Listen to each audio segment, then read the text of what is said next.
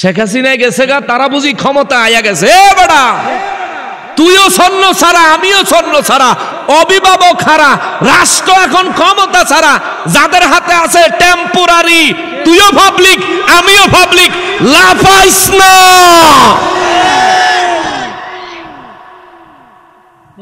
লাফাস কা তুই? এত লাফাও কা তুমি? তবে লাফাইয়া একটা বালাকাম করছো, তোর একটা ধন্যবাদ, তোরারে ধন্যবাদ যে তোরার আসল চরিত্রটা মানুষের সামনে, তোরারে ক্ষমতা দেওয়ানোর আগেই তোরা মানুষের সামনে নিজেকে আসল চরিত্র দেখাই দিছ। মানুষ এখন বুঝছে তোমরা রাতে ক্ষমতা দিলে মানুষের ঘরে ডুইকা ডাহাতি করবা, কিছু কইতে পারতো না। তোমরা এই কাজের দ্বারা এগুলো প্রমাণ হয়েছে। যে ক্ষমতাবান হবে তার উপর দায়িত্ব আছে। আপনি যদি ক্ষমতাবান হতে চান, আপনি ক্ষমতায় যদি যেতে চান, আপনার উপর দায়িত্ব হলো দেশের হিন্দু, বৌদ্ধ, খ্রিস্টান, ইহুদি, মুসলমান যত ধরনের মানুষ আছে সবার নিরাপত্তা নিশ্চিত করতে হবে। তাহলে আপনি ক্ষমতায় যাইতে পারবেন। আবার আপনি আশা করবেন ক্ষমতা পাইতেন, মনে রাখেন দুর্নীতি করে ক্ষমতায় আইতে পারবেন, নির্বাচনে ক্ষমতায় আসতে পারবেন না। 100 মানুষ যদি ভোট দিতে ভোট কেন্দ্রে যায়, একজনও তোমাদেরকে ভোট দিবে না, তোমাদের এই কুচরিত্রের কারণে, লোভ লালসার কারণে। ঠিক কিনা বলেন? আমরা চাই রাষ্ট্রে এমন কেউ ক্ষমতায় আসুক যার দ্বারা আমরা সবাই নিরাপদ। রাষ্ট্রে এমন কেউ ক্ষমতায় আসুক যাদের দ্বারা ইসলামের খেদমত হবে বাধাহীন ভাবে। কথা বলেন ঠিক কিনা? গিয়াসউদ্দিন তাহেরী সাহেবের বিরুদ্ধে মামলা দিস। বেটার অপরাধ কি? গিয়াসউদ্দিন তাহেরীকে আওয়ামী লীগ না বলেন, আওয়ামী লীগ না। গিয়াসউদ্দিন তাহেরী সাহেব কি বিএনপি না? গিয়াসউদ্দিন তাহেরী সাহেব কি জামাত না? গিয়াসউদ্দিন তাহেরী সাহেবের বিরুদ্ধে মামলা কেন? তিনি হইল একজন ইসলামিক আলোচক। তার প্রত্যেকটা আলোচনায় প্রশাসনের জন্য মহব্বত, ভালোবাসা, সম্প্রীতি থাকে। তার প্রত্যেকটা আলোচনা থেকে সমাজে কেমনে শান্তি প্রতিষ্ঠা করবে এই দিক নির্দেশনা থাকে। কথা বলেন ঠিক কিনা? কারা না কারা ফিডাফিডি করে কি করলো না করলো হেডার মামলায় না গিয়াসউদ্দিন তাহেরী সাহেবরে দিল। ওরে 5 কলি টুপি পড়ে আগুন জ্বালায় খোদার ঘরে, 5 কলি টুপি পড়ে আগুন জ্বালায় খোদার ঘরে, আগুন দিল আল কোরআনে, আগুন দিল আল কোরআনে, এরা আসল ঈমান চোর। চোরের গোষ্ঠী চোরের মেলা মিলাইছিল মুর্শিদপুর। জোরে কোন মারহাবা। কালকে যখন এটা কইছি তখন ওয়াবিরার গুম গেছে গা বাইঙ্গা, সেটা মেটা বাইতে নাইছে নকশবন্দিরে হোতাই লাইব। পাবলিক কয় কুবাইলামু, তোর বাপের টাকা দিয়া মাহফিল দিছি না, কইতে আইছো তুমি? তা আমি কইলাম থাক, কোবাকুবির দরকার নাই, আমি যা বক্তব্য দিছি এটার বিরুদ্ধে যদি হেরার কোনো আপত্তি থাকে তাহলে স্টেজে আসতে বলেন। স্টেজে আসেন, ভদ্রচিতভাবে লিখিতভাবে প্রশ্ন করেন আমার আজকের বয়ান থেকে কোনটা ভুল করেছি। আমি যদি পারি জবাব দিয়ে যাব, আর যদি না পারি আমার ভুল স্বীকার করে যাব। কোনো অসুবিধা আছে? মামুর ফুত একটা স্টেজ আইল না, তারা এন্দা গ্যাঞ্জাম করতেছে, আমি এন্দা ওয়াজ করতেছি, আধা ঘন্টা ওয়াজ করলাম, আরো টোটাল 2 ঘন্টা ওয়াজ করছি। একদম 12টা 12 মিনিট থেকে আরম্ভ করে 2টা 12 মিনিট পর্যন্ত কাড়ায় কাড়ায় 2 ঘন্টা বয়ান করছি। বয়ান শেষ কইরা এরপরে আবার 15 মিনিট মিলাদ পড়ছি। আশা ছিল তবুনি মামুর ফুতেরা ইয়ে ফকিরদের ফুতেরা খালি এন হেন সিফার মধ্যে উকি দেয়, সামনে আসে না। ঠিক কিনা বলেন? দরবারে বলছিলাম একটা গল্প। দরবারে গেছেন কারা কারা? টাতুটা অল্প কয়জন না গেছেন? হগলতে তো জান নাই। গল্পটা আবার একবার শুনাই নাকি কষ্ট হয়ে যাব? এক আল্লাহর ওলি তার মুরিদ নিয়ে এক দেশে দিয়া সফর করতেছেন।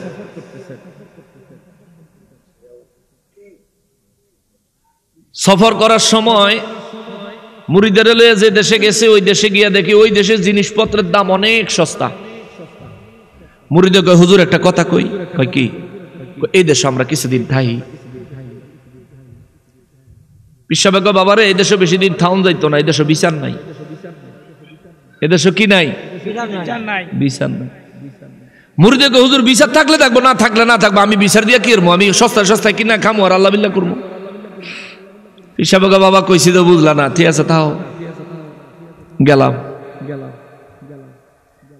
পিসা বুজুরে যাওয়ার আগে একটা দোয়া শিখাই দিছে, একটা মোরাকাবা মুশাহাদা শিখাই দিছে যে যদি বিপদে পড়স মোরাকাবাত পয়রা রাখ দিস, পাইবি। জোরে কন্যা সুবহানাল্লাহ। মোবাইল নাই, টেলিফোন নাই, টেলিগ্রাম নাই, ইন্টারনেট নাই, ফ্যাক্স নাই, কিন্তু রুহের কানেকশন, কলবের কানেকশন, কথা কয় না, এডি কলবের কানেকশন। আপনার কলব আসেনি? কোন বুকনা মাতার কলব আসেনি?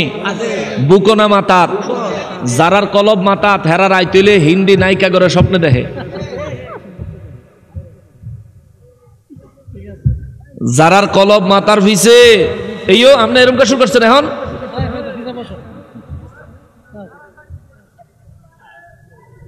আল্লাহু আকবার, ইয়া রাসূলুল্লাহ, শুভেচ্ছা স্বাগতম, শুভেচ্ছা স্বাগতম, শুভেচ্ছা স্বাগতম, শুভেচ্ছা স্বাগতম, শুভেচ্ছা স্বাগতম, শুভেচ্ছা স্বাগতম, আল্লাহর আগমন। আচ্ছা ঠিক আছে, শোনেন বাবাজি, পিসা হুজুর চলে আসছেন, কথা আর চলতে না। আমি যে কথাটা তুলছি এটা অনেক দীর্ঘ কথা, আমি সূরা শানে নজুলে আটকায় রয়েছি, তাফসীরে তো ঢুকতেই পারছি না। তো ওলি আল্লাহ কয় বাবা এই দেশে বিচার নাই, কি নাই, বিচার নাই, এ দেশে থাইস না। কয় না হুজুর আমি থাকবো, আমি সস্তায় সস্তায় ভালো মন্দ খাইবো, আল্লাহর ইবাদত করবো, এই চলবো। ঠিক আছে, যাওয়ার সময় মোরাকাবা শিখাই দিয়া গেছে যে এই মোরাকাবাত বইয়া বিপদে পড়লে ডাক দিস, পাইবি। এটা কলবের কানেকশন। তো বেচারা ভালোই ওই রাজ্যে ঘুরতেছে, খাইতেছে, ফিরতেছে, হঠাৎ করে রাজার বাড়ি চোর ঢুকছে। চোর ঢুকনের সময় রাজার রাজপ্রাসাদের শীত কাটটা ঢুকনের সময় রাজপ্রাসাদ পুরান হইছে, তো রাজপ্রাসাদের ইটা খুইল্লা সোরার উপরে ফইরা ওই শীতের মধ্যেই সোরায় মারা গেছে। আচ্ছা কোন আমগো দেশে চোর মরলে বিচার আছে? কথা কয় না। চোর মরলে কোনো বিচার আছে? একটা মামলা হয় থানায়, চোর হইলো মানুষ, তো মারা গেলে একটা মামলা হয়, তদন্ত হয়, পরিশেষে যখন জানা যায় এটা চোর, তখন এটা রায় আদালত চোর হিসেবেই দেয়। কিন্তু এই দেশ ওই বেড়ায় যে রাজার রাজপ্রাসাদের ইটের তলে পড়ে মরল, এটা কি ভদ্রলোক না চোর? রাজার কাছে খবর গেছে, রাজা সাহেব প্রাসাদ বাইঙ্গা শীত কাটটা চোর ঢুকনের সময় চোরের উপরে ইট পরে চোর মরছে। রাজা সাহেব কয় হ্যাঁ চোর মরছে? কয় রাজমিস্ত্রিরে ধরে লুয়ে। এই খুনের জন্য রাজমিস্ত্রি দায়ী। এখন উজির নাজির দিছে দৌড়, দৌড়ে গিয়ে রাজমিস্ত্রিরে ধরে লিয়েছে, বেটা কি বিল্ডিং বানাইছ, তোর বিল্ডিং এ ইট যে কেমনে লাগাইছ, এই যে ইটের তলে পড়ে চোর মরছে, তুই খুনি, তোর ফাঁসি হইব। রাজমিস্ত্রিকে আমার কি দোষ যে যুগালি আমারে মশলা বানায় দিছে, তে বালুর জায়গায় সিমেন্ট দিছে, সিমেন্টের জায়গায় বালু দিছে, হেতে সিমেন্ট কম দিয়া বালু বেশি দিছে, এর লেগে ইট খুললে পড়ছে, আমার দোষ নাই, আসামি হইলে যুগালি হইব। রাজা কহ তোরটাই ঠিক, ধরে আন যুগালি। গোল্ড অফ মদিনা, সুন্নিয়তের অহংকার। নবী রাহমাতুল লিল আলামিন তিনজন সাহাবীকে ডাক দিলেন। ডাক দিয়া নবী বলেন, আলী তোমার নেতৃত্বে তোমরা তিনজনের একটা টিম, তিনজনের একটা দল, দ্রুতগামী ঘোড়ার উপর সওয়ার হও, সওয়ার হয়ে চলে যাও মক্কা মুআজ্জামায় যাওয়ার পথে। ওই জায়গায় যাইতে যাইতে রওজায়ে খাক নামে একটা জায়গা আছে, ওই রওজায়ে খাক নামক জায়গায় গেলে দেখবা উটের উপর সওয়ার হইয়া একটা মহিলা মক্কার দিকে যাচ্ছে। ওই মহিলাটার কাছে একটা চিঠি আছে, যে কোনো প্রকারে হোক না কেন ওই মহিলার কাছ থেকে চিঠিটা নিয়ে আসবা। চিৎকার দিয়া বলেন সুবহানাল্লাহ।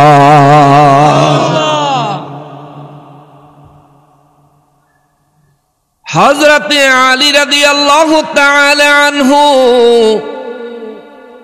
আমার নূর নবী রাহমাতুল লিল আলামিনকে কোন প্রকার প্রশ্ন না করে হযরতে আলী রাদিয়াল্লাহু তাআলা আনহু রওনা করলেন।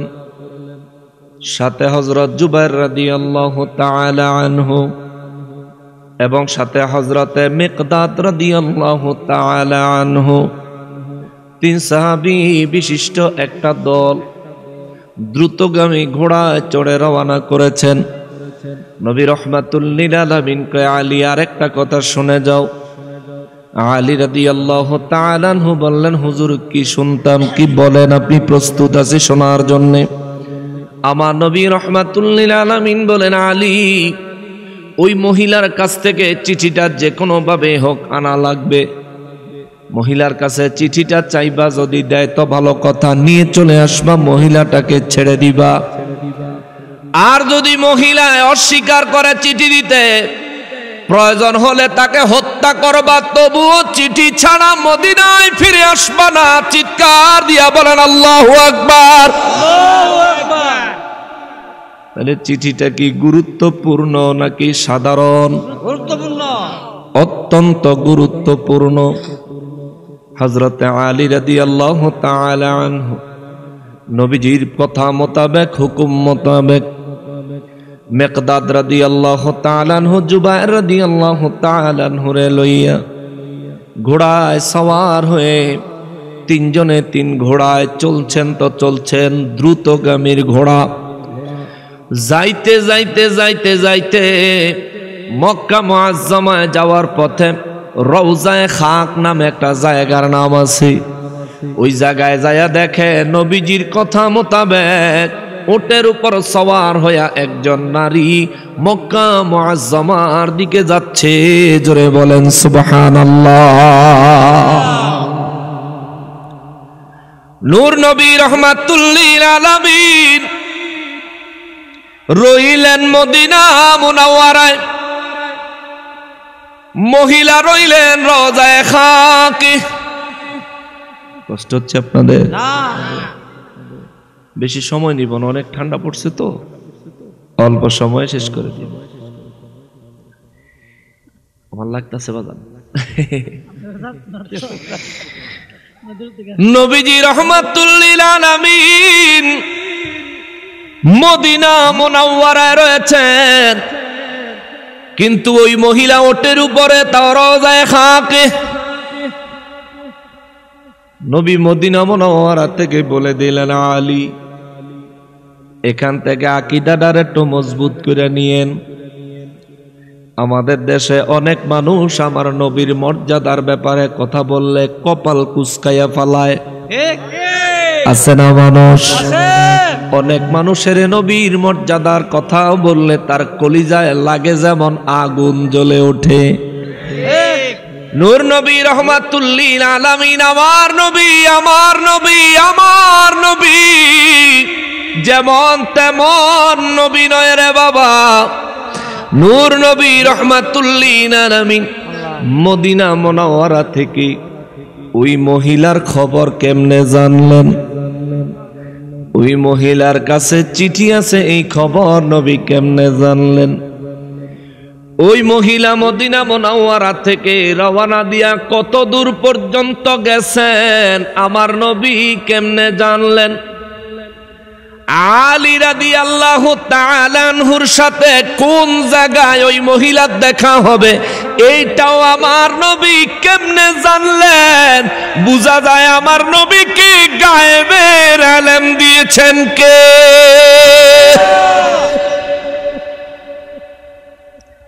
আপনি মানলে ইমানদার, না মানলে বেঈমান। আমানতু বিল্লাহি ওয়া মালাইকাতিহি ওয়া কুতুবিহি ওয়া রাসূলিহি, আমি ঈমান আনলাম আল্লাহর উপরে, আমি ঈমান আনলাম ফেরেশতাদের উপরে, আমি ঈমান আনলাম আসমানি কিতাবগুলোর উপরে, আমি ঈমান আনলাম রাসূলদের উপরে, বিশেষ করে ওই রাসূল যিনি আমার রাসূল। জোরে বলেন সুবহানাল্লাহ। নূর নবী রাহমাতুল লিল আলামিন আলী রাদিয়াল্লাহু তাআলা আনহুকে 10 জন মহিলার কথা বলেন না, একজন মহিলার কথা বলেছেন। নবীজি জায়গার নামটাও নির্ধারণ করে দিয়েছেন, রওজায়ে খাক। আলী রাদিয়াল্লাহু তাআলা আনহু ঠিক রওজায়ে খাক নামক জায়গায় যায়া উপস্থিত হইলে দেখে উটের উপর সওয়ার হয়ে একজন মহিলা মক্কার দিকে যাচ্ছে। উটের গতি হলো ধীর গতি, আস্তে আস্তে যায়। ঘোড়ার গতি হলো দ্রুত গতি, অনেক দ্রুত গতিতে যায়। আলী রাদিয়াল্লাহু তাআলা আনহু নেতৃত্বে ওই 2 জন সাহাবীর মধ্যে যে কোনো একজন গিয়া ওই নারীকে বললেন, আপনার কাছে একটা চিঠি আছে, দয়া করে আমাদেরকে দিয়ে দেন। মহিলা বলে, আমার কাছে কোনো চিঠি নাই, অস্বীকার করে বসলো। জুবাইর রাদিয়াল্লাহু তাআলা আনহু, মিকদাদ রাদিয়াল্লাহু তাআলা আনহু, 2 সাহাবী কয়, আলী রে, নবী রাহমাতুল লিল আলামিন তো পাঠালেন, জায়গাও পাইলাম, ওটো পাইলাম, নারীও পাইলাম, কিন্তু নারীর কাছে তো চিঠি নাই। আলী রাদিয়াল্লাহু তাআলা আনহু বলেন, কি বলো? কয়, হ্যাঁ, মহিলার কাছে তো চিঠি নাই। আলী রাদিয়াল্লাহু তাআলা আনহু বলেন, জুবাইর রে, মিকদাদ রে, ওই মহিলার কাছে চিঠি আছে এই কথা আমি আলী বলি নাই, তুমি মিকদাদ বলো নাই, তুমি জুবাইর বলো নাই। এই কথাটা যিনি বলেছেন তিনি 2 জাহানের বাদশাহ, রাহমাতাল লিল আলামিন। জোরে বলেন সুবহানাল্লাহ। আলী রাদিয়াল্লাহু তাআলা আনহু বলেন, নবী রাহমাতুল লিল আলামিন যেহেতু বলেছেন, নিশ্চয়ই নিশ্চয়ই এই মহিলার কাছে চিঠি আছে। এবার আলী রাদিয়াল্লাহু গেছেন। আলী রাদিয়াল্লাহু দেখে মহিলা মোটামুটি ভয় পাইয়া গেছে, কেননা আলী হলো সেই আলী যারে কয় শেরে খোদা। সুবহানাল্লাহ। আলী হলেন ওই আলী যারে বলে আসাদুল্লাহিল গালিব। সুবহানাল্লাহ। হযরত আলী রাদিয়াল্লাহু তাআলা আনহু বলেন, আপনি যদি ভালোই ভালো দেন তো দিবেন, যদি ভালোই ভালো চিঠি দেন তো দিয়ে দেন, আমরা আপনাকে জীবন্ত ছেড়ে দিব। যদি আপনি ভালোই ভালো চিঠি না দেন, আমরা তল্লাশি করতে বাধ্য হব। আমরা তল্লাশি করে আপনার দেহ থেকে চিঠি পাওয়া মাত্র আপনাকে হত্যা করব। এটা আমার নূর নবী রাহমাতুল লিল আলামিনের নির্দেশ। চিৎকার দিয়া বলেন সুবহানাল্লাহ। বেডি চিন্তা করছে, ইজ্জত যাইব, জানও যাইব। মাথার চুলের খোপা থেকে খুলে একটা চিঠি আলী রাদিয়াল্লাহু তাআলা আনহুর হাতে ধরায় দিলেন। আল্লাহু আকবার। নিজের নবীকে চিনেন, আমার নবীকে চিনেন, আমার নবীকে চিনেন। কত গোপনে মহিলা চিঠি নিয়ে রওনা দিছেন। আমার নবী মদিনা মুনাওয়ারায় থেকে চিঠির খবর বলে দিলেন। এই মহিলারে আলী রাদিয়াল্লাহু জোর করে তল্লাশি করেছেন, তারা সার্চ করেছেন, তার দেহ থেকে খুঁজে আলী রাদিয়াল্লাহু তাআলা আনহু চিঠিটা বের করেছেন। এই কারণে এই সূরাটার নাম আমার আল্লাহ দিয়েছেন সূরা মুমতাহিনা। চিৎকার দিয়া বলেন সুবহানাল্লাহ। ওই নারী যাকে তল্লাশি করা হবে, আলী রাদিয়াল্লাহু তাআলা আনহু চিঠি পাওয়ার পরে হযরতে মিকদাদ রাদিয়াল্লাহু তাআলা আনহু, হযরতে জুবাইর রাদিয়াল্লাহু তাআলা আনহু 2 জন লইয়া মদিনা মুনাওয়ারার উদ্দেশ্যে রওনা করলেন। মদিনা মুনাওয়ারায় চলে আসলেন। আমার নবীর খেদমতে চিঠিখানা হাজির করলেন। নবী রহমাতুল লিল আলামিন চিঠিখানা দেখলেন। নবী রহমাতুল লিল আলামিন চিঠিখানা পাইলেন। আমার নবী চিঠিখানা দেখে নবীজি চিঠিখানা খুললেন। খুলে আমার নবী রহমাতুল লিল আলামিন চিঠিখানা পড়লেন। আমার নবী পড়ে শোনালেন। চিঠির মধ্যে মক্কাবাসীদেরকে মক্কা মুআজ্জামা বিজয় করার জন্য সাহাবায়ে কেরামদেরকে আমার নবীজি যুদ্ধের প্রস্তুতির জন্য যেই নির্দেশনা দিয়েছেন সমস্ত বিস্তারিত এই চিঠির মধ্যে লেখা আছে নির্দেশনাগুলি। আমার নবী এই চিঠি দেখে নবী রহমাতুল লিল আলামিনের জবান মোবারকে শুনে ওমর রাদিয়াল্লাহু তাআলা আনহু দাঁড়ায় গেলেন। ওমর রাদিয়াল্লাহু বলেন, নবী গো, ও নবী, যে নবী রহমাতুল লিল আলামিন জানেন মহিলার কাছে চিঠি আছে, ওই নবী অবশ্যই জানেন ওই মহিলার মাধ্যমে এই চিঠি মক্কায় কে পাঠাইছে। আল্লাহু আকবার। যে নবী জানেন ওই মহিলার কাছে চিঠি আছে, ওই নবী অবশ্যই জানেন এই মহিলারে দিয়া কে চিঠি পাঠাইছে।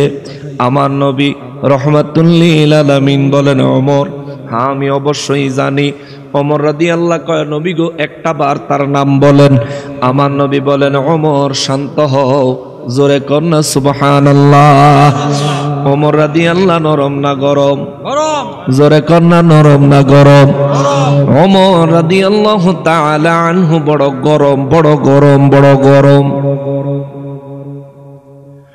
নবী রাহমাতুল লিল আলামিন যখন বললেন, ওমর শান্ত হও, আমি কথা বলি। নবীর কথা শুনে ওমর রাদিয়াল্লাহু তাআলা আনহু শান্ত হয়ে গেলেন। আমার নবী রাহমাতুল লিল আলামিন কে এই কাজ করছে তার নাম আমার নবী না বলে আমার নবী সমস্ত সাহাবায়ে কেরামের মধ্য থেকে একজনরে ডাক দিয়ে কয়, কিরে হাতীব, এই কাজটা কেন করলি? সুবহানাল্লাহ। এই কাজটা কে করছে তারেও নবী জানে। এই কাজটা কে করেছে তারেও নবী চিনে। নবীরে জানাইছেন কি? আল্লাহ। জোরে বলেন নাকি? আল্লাহ। বিরোধিতা করেন না মানুষ আসেনি কিশোরগঞ্জে? আছে। কয় নবী জানে না, নবী জানে না, আল্লাহ যদ্দুরা জানায় নবী দূরই জানে। ওরে ব্যাকল, আমরা তো এই কথাই কই, আল্লাহ নবীরে যতটুকু জানায় ততটুকুই জানে, তবে আল্লাহ নবীরে এত পরিমাণে জানায় আমার নবীর মতো এত পরিমাণে আর কাউকে জানায় নাই। কথা বলেন ঠিক কিনা? আল্লাহ নবীরে জানায়, আমারে জানায় না। এই জন্য নবী নবীর মতো কোন নবীও না, আমার নবীর মতো কোন রসুলও না, আমার নবীর মতো কোন সাহাবীও না। আমি তো অনেক দূরের কথা, ঠিক কিনা বলেন? হাদিসে মোবারকে আমার নবী রাহমাতুল লিল আলামিনের বর্ণনা পাওয়া যায়। আমার নবী বহুবার বলেছেন, আইয়ুকুম মিসলি, তোমাদের মাঝে কে আছো আমার মতো? সিদ্দিক আকবর রাদিয়াল্লাহু তাআলা আনহু, যিনি শ্রেষ্ঠ সাহাবী, শ্রেষ্ঠ নবীর শ্রেষ্ঠ সাহাবী, নবী কয়, আইয়ুকুম মিসলি, আবু বকর, তোমরা কি আমার মতো?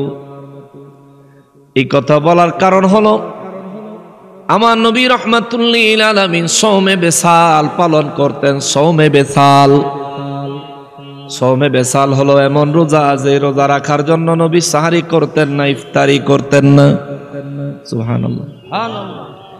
যারা কয় নবী হেগো মতন, হেগো কাছে আমরা একটা দাবি রাখি, সামনে রমজান মাস আইতাছে, সাহারি ইফতারি না খাইয়া রোজা রাখা দেখো চান্দু কেমন লাগে, ঠিক কিনা? 2 দিন 3 দিন পরে মরে বেটকে লেগে থাকবে। নূর নবী রাহমাতুল লিল আলামিন সওমে বিসাল করতেন।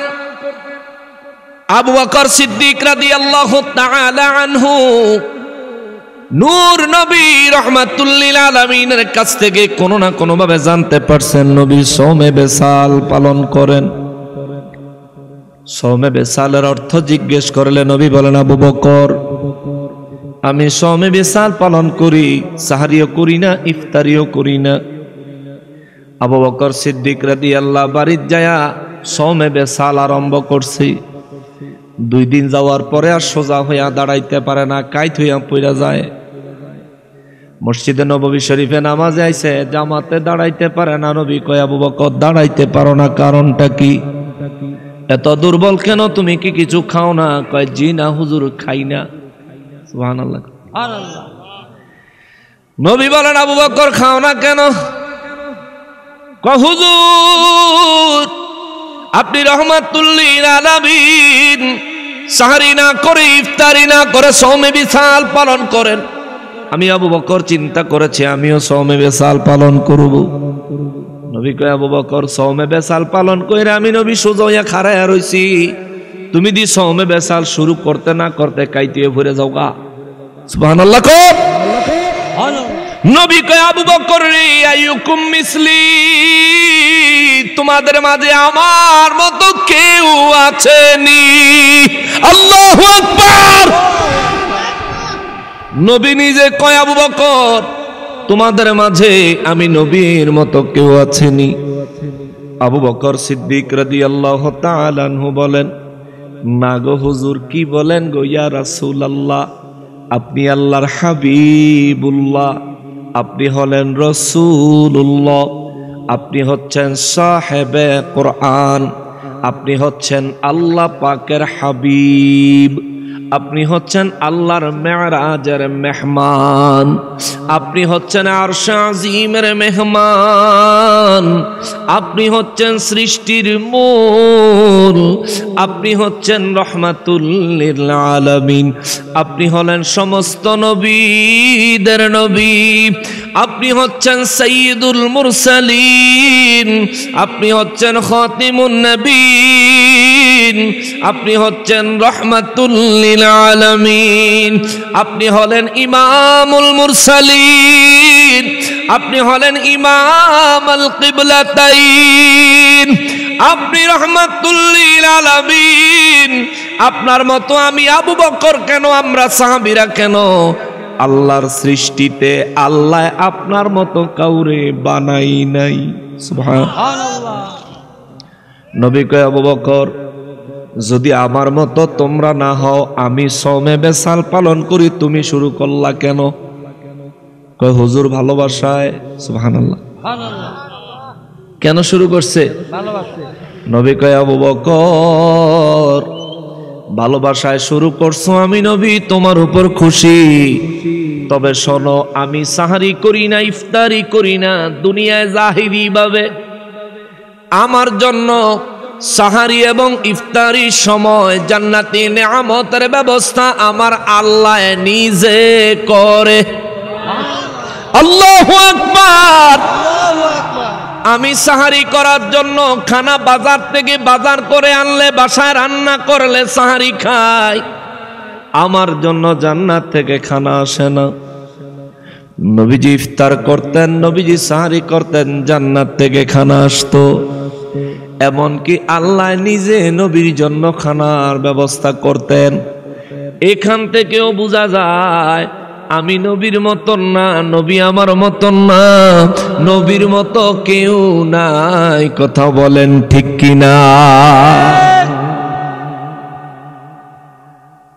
ওই নূর নবী রহমাতুল লিল আলামিন ওমর রাদিয়াল্লাহু তাআলা আনহুরে বললেন, ওমর একটু সবর করো, শান্ত হয়ে যাও। ওমর রাদিয়াল্লাহু শান্ত হয়ে গেলেন। নবীজি হযরতে হাতিব রাদিয়াল্লাহু তাআলা আনহুরে ডাক দিয়া বললেন, হাতিব রে, এই কাজটা কেন করলি? হযরতে হাতিব রাদিয়াল্লাহু তাআলা আনহু তিনি বদর যুদ্ধে অংশগ্রহণ করা একজন সাহাবী। তিনি দাঁড়িয়ে গেলেন নবী রাহমাতুল লিল আলামিনের খেদমতে।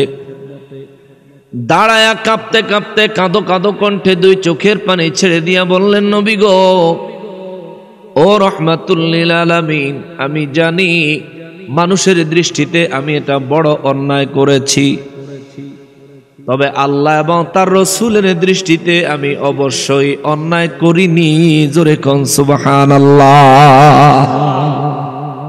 হুজুর দয়া করে আমাকে আত্মপক্ষ সমর্থন করার সুযোগ দেন, আমি নিজের পক্ষে কিছু বলার জন্য আমারে সুযোগ দেন গো নবীজি, তারপর আপনি ফয়সালা শোনায়েন।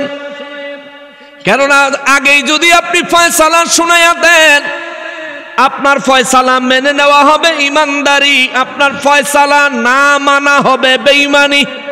সুবহানাল্লাহ। ইয়া রাসূলুল্লাহ, আপনি ফয়সালা দেওয়ার আগে আমাকে আমার পক্ষে কিছু কথা বলতে দেন, অনুমতি দেন, সুযোগ দেন।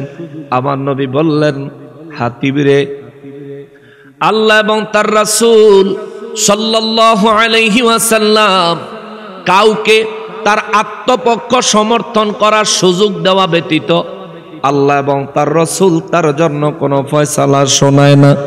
কেননা আল্লাহ এবং তার রাসূলের বিচারে কোনো বেইনসাফি নাই। চিৎকার দিয়া বলেন সুবহানাল্লাহ। এবার হাতিব রাদিয়াল্লাহু তাআলা আনহু নবীজিরে বলেন, নবী গো, ও গো দয়াল নবীজি, ও মায়ার নবীজি, মক্কা মুআজ্জামা থেকে আপনি নবীজি হিজরত করার পরে আপনার সঙ্গে বহু সাহাবায়ে কেরাম হিজরত করেছেন। আপনার পরপর বহু সাহাবায়ে কেরাম বিভিন্নভাবে বিক্ষিপ্তভাবে হিজরত করেছেন। যত সাহাবায়ে কেরাম, যত মুহাজিরেরা মক্কা মুআজ্জামা থেকে হিজরত করে মদিনা মুনাওয়ারায় এসেছেন, হুজুর এই সাহাবীদের মধ্যে অনেকেরই ধন সম্পদ, পরিবার পরিজন মক্কা মুআজ্জামায় রয়েছে। হুজুর তাদের ধন সম্পদ, পরিবার পরিজন দেখাশোনা করার জন্য মক্কা মুআজ্জামায় তাদের অনেক অনেক আত্মীয় স্বজন আছে। এমন এমন আত্মীয় স্বজন আছে, হুজুর এই সাহাবীদের ধন সম্পদ, পরিবার পরিজন তারা হেফাজত করবে একটা আশা করা যায়। কিন্তু নবী গো রাহমাতুল লিল আলামিন, আপনি নবীর হিজরতের পরে আমি দীর্ঘদিন মদিনা মক্কা মুআজ্জামায় ছিলাম।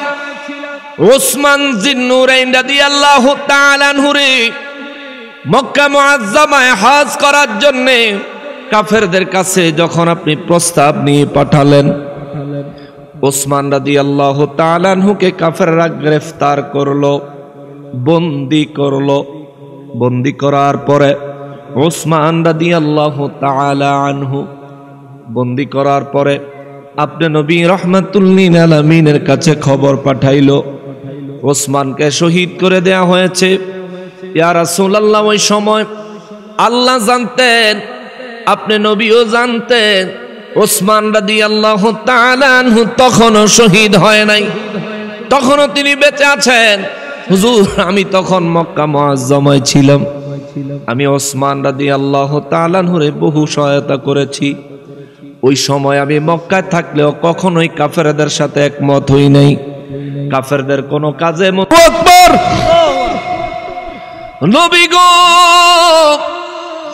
মক্কা মুআজ্জামা থেকে মদিনা মুনাওয়ারায় হিজরত করেছি আপনি নবী রাহমাতুল লিল আলামিনের মায়ায়।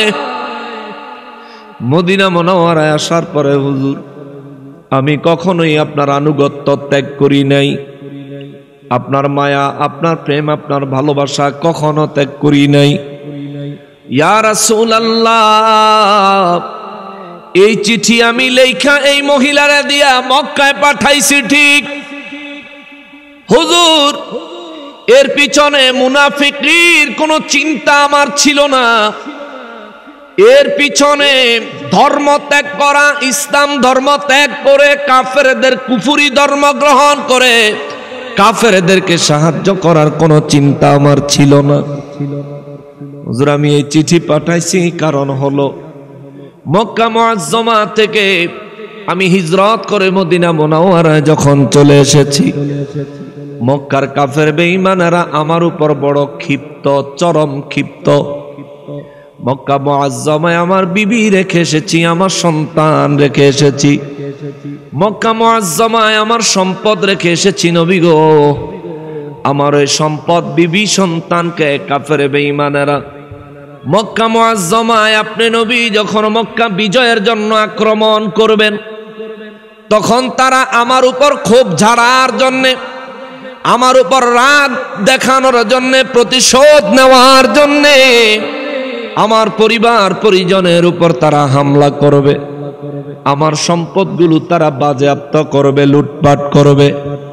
তার মানে বোঝা যায় মক্কা মুআজ্জামায় নবীজি রাহমাতুল লিল আলামিনের জামানায়ও এমন কিছু কাফের বেঈমান ছিল যারা মুমিনদের সাথে চক্রান্ত করে, ষড়যন্ত্র করে মুমিনদেরকে হেনস্থা করার জন্যে তাদের বাড়িঘর সহায় সম্পত্তি লুটপাট করে নিয়ে যাইতো। কথা কোন ঠিক কিনা? মক্কা মুআজ্জামায় যারা লুটপাট করতো এরা কি মুমিন না কাফির? সবাই বলতে হবে মুমিন না কাফের? মক্কার কাফেরেরা মুসলমানদের বাড়িতে হামলা করত, মক্কার কাফেরেরা মুসলমানদের সম্পদ জোর করে ছিনায় আনিত, মক্কার কাফেরেরা যে কোনো ভাবেই হোক চক্রান্ত ষড়যন্ত্র করে মুসলমানদেরকে, তাদের পরিবার পরিজনদেরকে, তাদের সন্তানদেরকে কষ্ট দিত। এটা কি মুসলমানের স্বভাব ছিল না কাফেরের? জোরে বলেন, মুসলমানের না কাফেরের? ওই 1450 বছর আগের কাফেরের স্বভাব চরিত্র এখনকার জামানায় ওহাবীদের ভিতরে দেখা যায়। মুর্শিদপুরে, শেরপুর জেলায় মুর্শিদপুর দরবারে ওহাবীরা হামলা করলো। গরু, ছাগল, বেড়া, মহিষ, দুম্বা যা ছিল, এমনকি বিরানির ফাতিলা সৈদ্যা চুরি কইরা লইয়া গেল, লুটপাট করলো, ডাকাতি করলো, আল্লাহর দানের গাছগুলো কেটে টুকরো টুকরো করে ফেললো, আল্লাহর ঘর মসজিদে আগুন জ্বালায়া দিল, আল্লাহর কালাম কোরআনুল কারীমে আগুন জ্বালায়া দিল।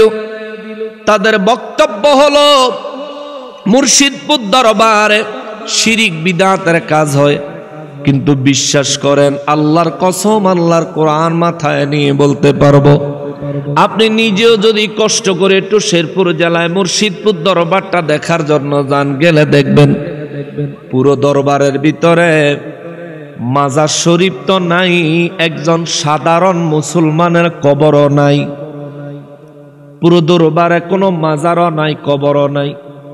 দরবারের মধ্যে আছিল একটা মসজিদ, যেখানে দিনে 5 ওয়াক্ত নামাজ হইতো, জুমার নামাজ হইতো। মসজিদের ভিতরে ছিল কতগুলো কোরআনুল কারীম, দরবারের ভিতরে ছিল গরুর খামার, দরবারের ভিতরে ছিল ছাগলের খামার, দরবারের ভিতরে ছিল দুম্বার খামার, দরবারের ভিতরে ছিল মাছের ঘের, মাছের পুকুর, দরবারের ভিতরে ছিল বিভিন্ন রকমের ফলের গাছ, ছায়াদার গাছ। এই ওয়াহাবীরা দরবারে ঢুকলো, মাথায় টুপি, 5 কল্লি টুপি মাথায় দিয়া, জুমা মসজিদে আগুন জ্বালায়া দিল, 5 কল্লি টুপি মাথায়, গায়ে পাঞ্জাবি পরে আল্লাহর কোরআন আগুন দিয়া জ্বালায়া দিল।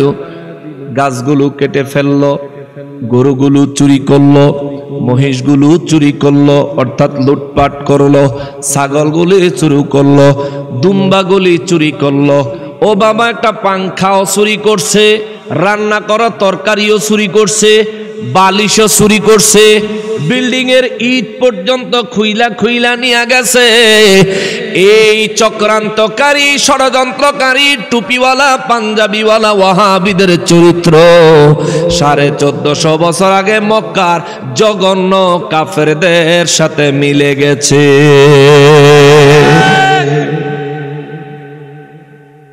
ওরে জাতির কাছে প্রমাণ আছে, জাতির কাছে প্রমাণ আছে, ওহাবীরা গরু চোর, চোরের গোষ্ঠী চোরের মেলা মিলাইছিল মুর্শিদপুর, ঠিক কিনা? ওরে এক ওহাবী নিছে মহিষ, ওরে দেখতে লাগে আস্তা খবিশ, ওরে এক হাবি নীল মহিষ, ওরে দেখতে লাগে আস্তা খবিশ, তার চেহারা যেমন গরুর পেছন। গরু লিয়ে যে খারাইছে তার সুরতটা গরুর ফাঁসাতে না বেশি ভালো দেয়া যান। তার চেহারা যেমন গরুর পেছন, লাগে যেমন গাঁজাখোর। চোরের গোষ্ঠী চোরের মেলা মিলাইছিল মুর্শিদপুর, ঠিক কিনা? ওরে অবাক হলাম ইমাম দেখে বালিশার তরকারি চোর, সে অবাক হলাম ইমাম দেখে বালিশার তরকারি চোর সে। ইমাম সাহেব রান্ধুনা তরকারি বক্সে করে চুরি করছে আর বালিশ চুরি করছে। তারা জিগাইছে আপনার কেমন লাগে? আলহামদুলিল্লাহ, অনেক ভালো লাগে। ওই কাফেরদের সাথে তাদের চরিত্র কেমন মিলা মিলছে দেখেন। ওরে অবাক হলাম ইমাম দেখে বালিশার তরকারি চোর সে, চুরি করে শোকর আদায়, চুরি করে শোকর আদায়, এ তো জঘন্য কুফর। চোরের গোষ্ঠী চোরের মেলা মিলাইছিল মুর্শিদপুর, ঠিক কিনা?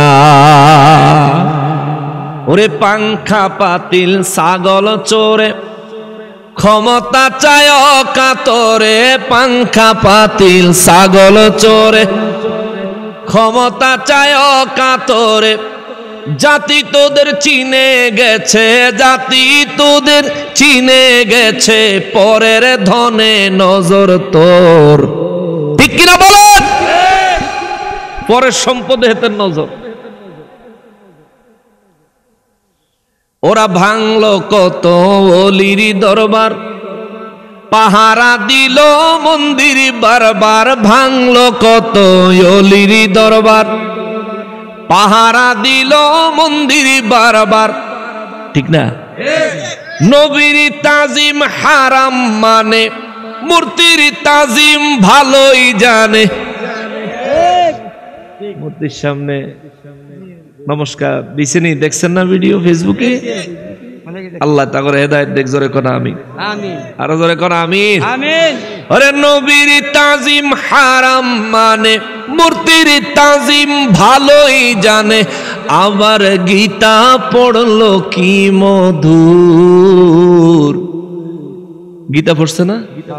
মূর্তির সামনে যায় চোরের গোষ্ঠী চোরের মেলা মিলাইছিল মুর্শিদপুর, ঠিক কিনা? কালকা মাহফিল করছি নরসিংদী, সেখান থেকে গেছি তিতাস কুমিল্লা। বয়ানের এক ফাঁকে হঠাৎ করে এই ইসলামী সঙ্গীতটা চলে আইছে। আমি লিখছিলাম, অনেকে কইবা এটা ইসলামী সঙ্গীত কেমন হয়েছে, এটা তো ওয়াহাবি বাস হয়েছে। এটা ইসলামী সঙ্গীত কেন কেন কেন প্রতিবাদী সঙ্গীত? কি কারণে? কারণ যেই দরবার আক্রমণ করেছ ওটা কোনো ইসলামিক কাজ হয় নাই। আল্লাহর ঘরে আগুন দিয়েছ, এটাও কোনো ইসলামিক কাজ হয় নাই। কোরআনের কোরআনুল কারীমে আগুন দিয়েছ, এটাও কোনো ইসলামিক কাজ হয় নাই। চুরি করেছো, লুটপাট করেছো, এটাও কোনো ইসলামিক কাজ হয় নাই। অতএব অতএব অতএব এটা তোমরা ইসলামকে ধ্বংস করার জন্য চক্রান্ত করেছ। তোমাদের প্রতিবাদে ইসলাম রক্ষার স্বার্থে আমি কথাগুলো লিখেছি, যার কারণে এটা ইসলামী প্রতিবাদী সঙ্গীত। কথা বলেন ঠিক কিনা? ওরে পাঁচকল্লি টুপি পড়ে আগুন জ্বালায় খোদার ঘরে, পাঁচকল্লি টুপি পড়ে আগুন জ্বালায় খোদার ঘরে। আগুন দিল আল কোরআনে, আগুন দিল আল কোরআনে, এরা আসল ঈমান চোর। চোরের গোষ্ঠী চোরের মেলা মিলাইছিল মুর্শিদপুর, জোরে কোন মারহাবা। কালকে যখন এটা কইছি তখন ওয়াবিরার গুম গেছে গা বাইঙ্গা, সেটা মেটা বাইতে নাইছে নকশবন্দিরে হোতাই লাইব, পাবলিক কয় কুবাইলামু। তোর বাপের টেয়া দিয়া মাহফিল দিছি না, কইতে আইছো তুমি? তা আমি কইলাম থাক, কোবাকবির দরকার নাই, আমি যা বক্তব্য দিছি এটার বিরুদ্ধে যদি হেরার কোনো আপত্তি থাকে তাহলে স্টেজে আসতে বলেন। স্টেজে আসেন, ভদ্রচিতভাবে লিখিতভাবে প্রশ্ন করেন আমার আজকের বয়ান থেকে কোনটা ভুল করেছি। আমি যদি পারি জবাব দিয়ে যাব, আর যদি না পারি আমার ভুল স্বীকার করে যাব। কোনো অসুবিধা আছে? মামুর ফুত একটাও স্টেজে আইল না। তারা এন্দা গ্যাঞ্জাম করতেছে, আমি এন্দা ওয়াজ করতেছি, আধা ঘন্টা ওয়াজ করলাম, আরো টোটাল 2 ঘন্টা ওয়াজ করছি। একদম 12টা 12 মিনিট থেকে আরম্ভ করে 2টা 12 মিনিট পর্যন্ত কাড়ায় কাড়ায় 2 ঘন্টা বয়ান করছি। বয়ান শেষ কইরা এরপরে আবার 15 মিনিট মিলাদ পড়ছি। আশা ছিল তবুনি মামুর ভূতেরা ইয়ে ফকিরদের ভূতেরা খালি এন হেন সিফার মধ্যে উকি দেয়, সামনে আসে না। ঠিক কিনা বলেন? তারা মনে করতেছি কি তারা বুঝি ফায়া গেছে, শেখ হাসিনায় গেছে গা, তারা বুঝি ক্ষমতা আয়া গেছে। এ বেটা, তুইও স্বর্ণ ছাড়া, আমিও স্বর্ণ ছাড়া, অভিভাবক হারা রাষ্ট্র এখন ক্ষমতা ছাড়া, যাদের হাতে আছে টেম্পোরারি। তুইও পাবলিক, আমিও পাবলিক, লাফাইস না।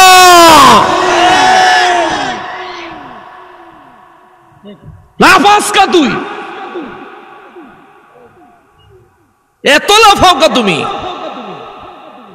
তবে লাফাইয়া একটা বালাকাম করছ, তোর একটা ধন্যবাদ, তোরারে ধন্যবাদ যে তোরার আসল চরিত্রটা মানুষের সামনে, তোরারে ক্ষমতা দেওয়ানোর আগেই তোরা মানুষের সামনে নিজেকে আসল চরিত্র দেখাই দিছ।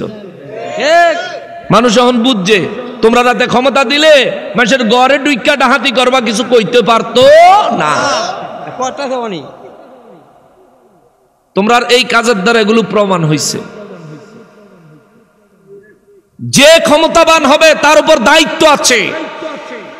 আপনি যদি ক্ষমতাবান হতে চান, আপনি ক্ষমতায় যদি যেতে চান, আপনার উপর দায়িত্ব হলো দেশের হিন্দু, বৌদ্ধ, খ্রিস্টান, ইহুদি, মুসলমান যত ধরনের মানুষ আছে সবার নিরাপত্তা নিশ্চিত করতে হবে। তাহলে আপনি ক্ষমতায় যাইতে পারবেন। আপনি টুপিও ফিনবেন, মসজিদ ঘরে আগুনও দিবেন, টুপিও ফিনবেন, কোরআন শরীফের দোকানে আগুন লাগাইবেন, টুপিও ফিনবেন, মসজিদের ভিতরে ঢুকা কোরআন শরীফে আগুন লাগায় জ্বালায় দিবেন। আবার আপনি আশা করবেন ক্ষমতা পাইতেন। মনে রাখেন, দুর্নীতি করে ক্ষমতা আইতে পারবেন, নির্বাচনে ক্ষমতায় আসতে পারবেন না। 100 মানুষ যদি ভোট দিতে ভোট কেন্দ্রে যায়, একজনও তোমাদেরকে ভোট দিবে না, তোমাদের এই কুচরিত্রের কারণে, লোভ লালসার কারণে। ঠিক কিনা বলেন? আমরা চাই রাষ্ট্রে এমন কেউ ক্ষমতায় আসুক যার দ্বারা আমরা সবাই নিরাপদ।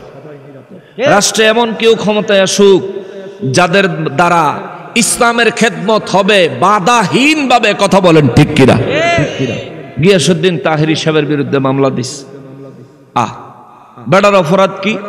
গিয়াসউদ্দিন তাহেরীকে আওয়ামী লীগ না বলেন? আওয়ামী লীগ না। গিয়াসউদ্দিন তাহেরী সাহেব কি বিএনপি না? গিয়াসউদ্দিন তাহেরী সাহেব কি জামাত না? গিয়াসউদ্দিন তাহেরী সাহেবের বিরুদ্ধে মামলা কেন?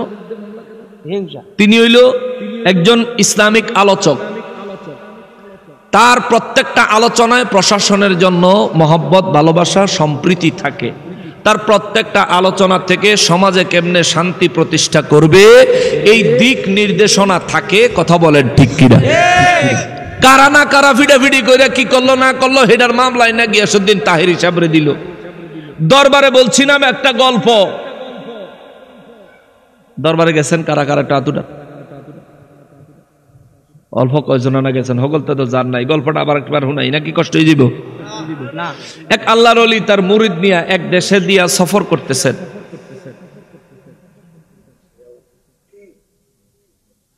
সফর করার সময় মুরিদের লয়ে যে দেশে গেছে ওই দেশে গিয়া দেখি ওই দেশের জিনিসপত্রের দাম অনেক সস্তা। মুরিদে কয়, হুজুর একটা কথা কই। কয় কি? এই দেশে আমরা কিছুদিন থাই। পিসাবে কয়, বাবারে এই দেশে বেশি দিন থাউন যাইতো না, এই দেশে বিচার নাই। এদেশে কি নাই? বিচার নাই। মুরিদে কয়, হুজুর বিচার থাকলে থাকবো, না থাকলে না থাকবো, আমি বিচার দিয়া কি করবো? আমি সস্তায় সস্তায় কিনা খামো আর আল্লাহ বিল্লাহ করবো। পিসাবে কয়, বাবা কইছি তো বুঝলা না, ঠিক আছে তাও গেলাম। ফিসা হুজুরে যাওয়ার আগে একটা দোয়া শিখাই দিছে, একটা মোরাকাবা মুশাহাদা শিখাই দিছে যে যদি বিপদে পড়স মোরাকাবাত পড়ে ডাক দিস। পাইবি, জোরে কন্যা সুবহানাল্লাহ। মোবাইল নাই, টেলিফোন নাই, টেলিগ্রাম নাই, ইন্টারনেট নাই, ফ্যাক্স নাই, কিন্তু রুহের কানেকশন, কলবের কানেকশন, কথা কয় না এডি, কলবের কানেকশন। আপনার কলব আসেনি? কোন বুকনা মাতার কলব আসেনি? বুকনা মাতার যারার কলব মাতাত হেরার আইতইলে হিন্দি নায়িকা করে স্বপ্নে দেখে। যারার কলব মাতার ভিসে এইও আপনি এরকম শুরু করছেন এখন।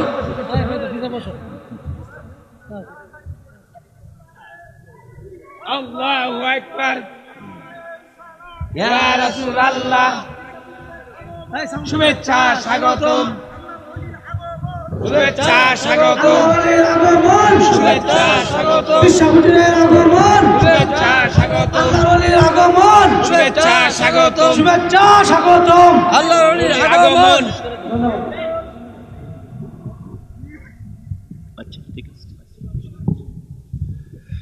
শোনেন বাবাজি, বিশা হুজুর চলে আসছেন, কথা আর চলতে না।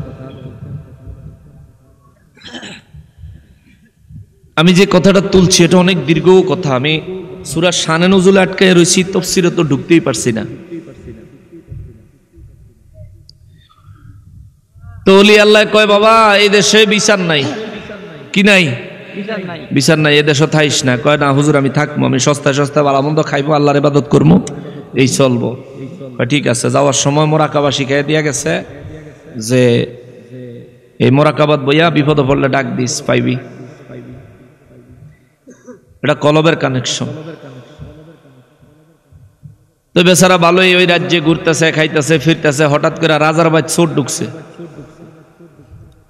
চোর ঢুকনের সময় রাজার রাজপ্রাসাদের শীত কাটটা ঢুকনের সময় রাজপ্রাসাদ পুরান হইছে তো, রাজপ্রাসাদের ইটা খুইল্লা সোরার উপরে ফইরা ওই শীতের মধ্যেই সোরায় মারা গেছে। আচ্ছা কোন আমগো দেশে চোর মরলে বিচার আছে? কথা কয় না। চোর মরলে কোনো বিচার আছে? একটা মামলা হয় থানায়, চোর হইল মানুষ তো, মারা গেলে একটা মামলা হয়, তদন্ত হয়, পরিশেষে যখন জানা যায় এটা চোর, তখন এটা রায় আদালত চোর হিসেবেই দেয়। কিন্তু এই দেশ ওই বেড়ায় যে রাজার রাজপ্রাসাদের ইটের তলে পড়ে মরল, এটা কি ভদ্রলোক না চোর? রাজার কাছে খবর গেছে, রাজা সাহেব প্রাসাদ বাইঙ্গা শীত কাটটা চোর ঢুকনের সময় চোরের উপরে ইট পরে চোর মরছে। রাজা সাহেব কয় হ্যাঁ চোর মরছে? কয় হ। রাজমিস্ত্রিরে ধরে লুয়ে, এই খুনের জন্য রাজমিস্ত্রি দায়ী। এখন উজির নাজির দিছে দৌড়, দৌড়ে গিয়ে রাজমিস্ত্রিরে ধরে লিয়েছে, বেটা কি বিল্ডিং বানাইছ, তোর বিল্ডিং এ ইট যে কেমনে লাগাইছ, এই যে ইটের তলে পড়ে চোর মরছে, তুই খুনি, তোর ফাঁসি হইব। রাজমিস্ত্রিকে আমার কি দোষ যে যুগালি আমার মশলা বানায় দিছে, তে বালুর জায়গায় সিমেন্ট দিছে, সিমেন্টের জায়গায় বালু দিছে, হেতে সিমেন্ট কম দিয়া বালু বেশি দিছে, এর লেগে ইট খুললে পড়ছে, আমার দোষ নাই, আসামি হইলে যুগালি হইব। রাজা কহ তোরটাই ঠিক, ধরে আন যুগালি, যুগালিরে ধরে আনছে, যুগালিরে ধরে আনছে। বড় যুগালিরে কই কিরে এই যে চোর মরছে এটার লেগে তুই খুনের দায়? কাকা আমার কি দোষ? তুই যে সিমেন্ট কম দিছত, বালু বেশি দিছত, মশলা কম হওয়ার কারণে চোর রাজপ্রাসাদে ঢুকানোর সময় ইট খুললে পয়টা চোর মরছে, এখন তুই খুনি। এখন রাজা যেরম প্রজা তো হেরমই নাকি? যেরম রাজা প্রজা হেরমই।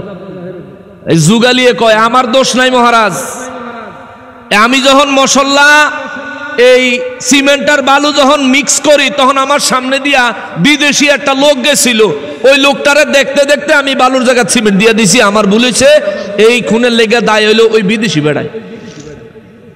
রাজা কয়টারে বিশ্রাম ধরে লুয়ে, বিদেশি বেড়া কি অতদিন থাহে? এখন যারা খুঁজতে গেছে ওরা যদি হে বেটা খুঁজা লইয়া না ইয়ে, তাহলে যেটারে ফাটাইছে হেডারই ফাঁসি দিয়ে দিব, এরম বিচার রাজার। হেটা বাজার খুঁজতে খুঁজতে পাইছে ওই অলি আল্লাহ ফির সাহেবের মুড়িদেরে, হ্যাঁ তারা খপ করে ধরছে, বাড়ি কই? এই দেশ না, কইও তোমার এই বিশ্রাইতেছে। দৌড়ে লয়ে গেছে রাজপ্রাসাদ নিয়ে, রাজা সাহেব এই যে আসামি। কয় কি আসামি? কারে ভাই কি কন? আমি কি এর আসামি? কয় বেটা তোমার দিকে চাইতে যাইয়া যুগালিয়ে সিমেন্টের জায়গায় বালু দিছে, আর রাজমিস্ত্রি হেই বালু দিয়া ইট গাচ্ছে। কালকে রাইতে রাজপ্রাসাদ চোর ঢুকানোর সময় ইট খুললা বইরা চোর মরছে। এখন তুমি আসামি, তোমার ফাঁসি। এবার ইয়া আল্লাহ, এটা কোন দেশ আইলাম? চোর মরছে, চোরের লেগে আমার ধরে ফাঁসি দিয়ে দিব। তোর কালকে ফাঁসি জেলখানাত নিয়ে বন্দি করছে। জেলখানায় বন্দীকরণের পরে বেড়ায় রাত যখন গভীর হয়েছে, ওই যে পিসাবে শিখিয়ে দিছে, বিপদে পড়লে কি করতো? মোরাকাবা। কি করতো? কথা কয় না, বুঝতেছেন না তো যে মোরাকাবা হুজুর কারে কয়? এ মোরাকাবা এটা মুখ দিয়ে ওয়াজ করে বুঝানোর জিনিস না। এটা হইল মোরাকাবা, মুশাহাদা করার মতো যোগ্যতা হাসিল করে ফিল করার জিনিস। এটা রুহের জিনিস। যেমন চিনি কেমন? কথা কয় না, চিনি কেমন? আমি যদি কই মিষ্টি কেমন, এটা কি কইয়া বুঝান যাইব? এটা খাইয়া বুঝতে হইব, ঠিক না? ঠিক মোরাকাবা মুশাহাদা বুঝেন না, কারণ ওলি আল্লাহদের কাছে যান না তো সাদওয়ানো বইবে সময় কাটা।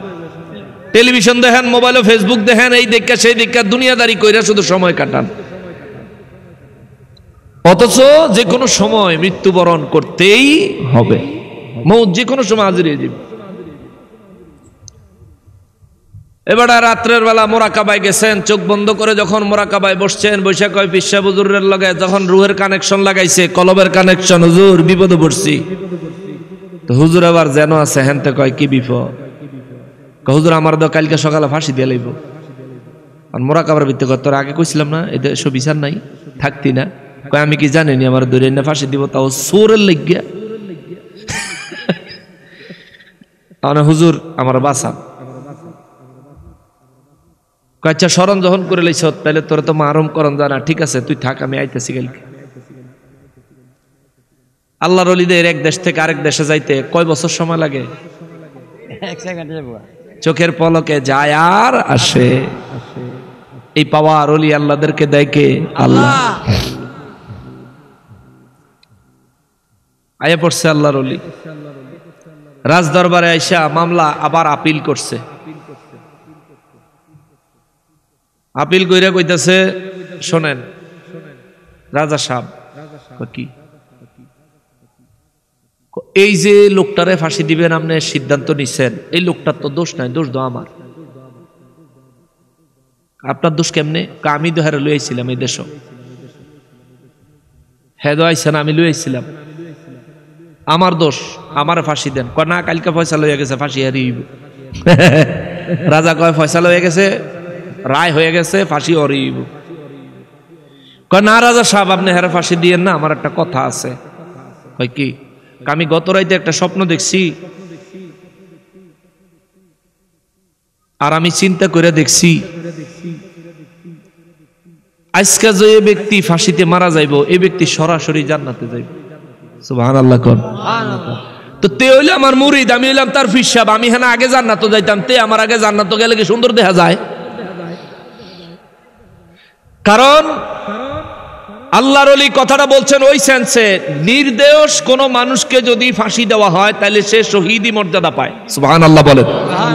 আর শহীদদের কবরে কোনো হিসাব হয় না, ওরা ডাইরেক্ট জান্নাতি। ওলি আল্লাহ ওই কৌশল খাটায় কইলো, আমি চিন্তা করে দেখছি যে আজকে যে ব্যক্তি ফাঁসি খেয়ে মারা যাইব, এই ব্যক্তি ডাইরেক্ট জান্নাতে যাইব, তো তার আগে আমারে পাঠান, আমি ওলি আল্লাহ, আমি হইলাম তার পীর, আমি হইলাম তার গুরু, তে হইলাম আমার শিষ্য, আমার আগে জান্নাতে পাঠান, তারে না। রাজায় কয় খামোশ, তোমার এত বড় সাহস, আমি রাজা থাকতে আমার আগে তুমি ব্যস্ত যাইতা?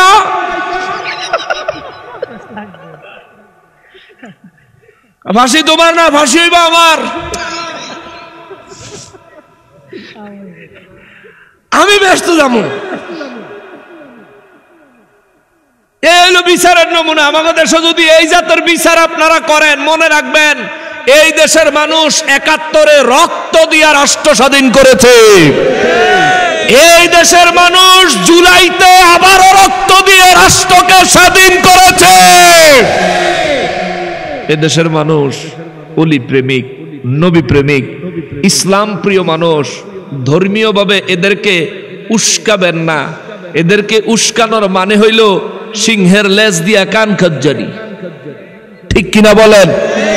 ইন্দুরের একটা গল্প আছিল ইংরেজি বইয়ের মধ্যে, ইঁদুরের, সিংহ ঘুমায়া রইছে আর ইঁদুরে আশেপাশে ঘুরে গারে, সিংহের নাকে দিয়ে হান্দাইছে, সিংহে একটা হাসি দিয়া বাইর করে এবার কয় তোরে খাইছি। অহন ইন্দুরে কয় মাপ চাই, মাপ চাই, মাপ চাই।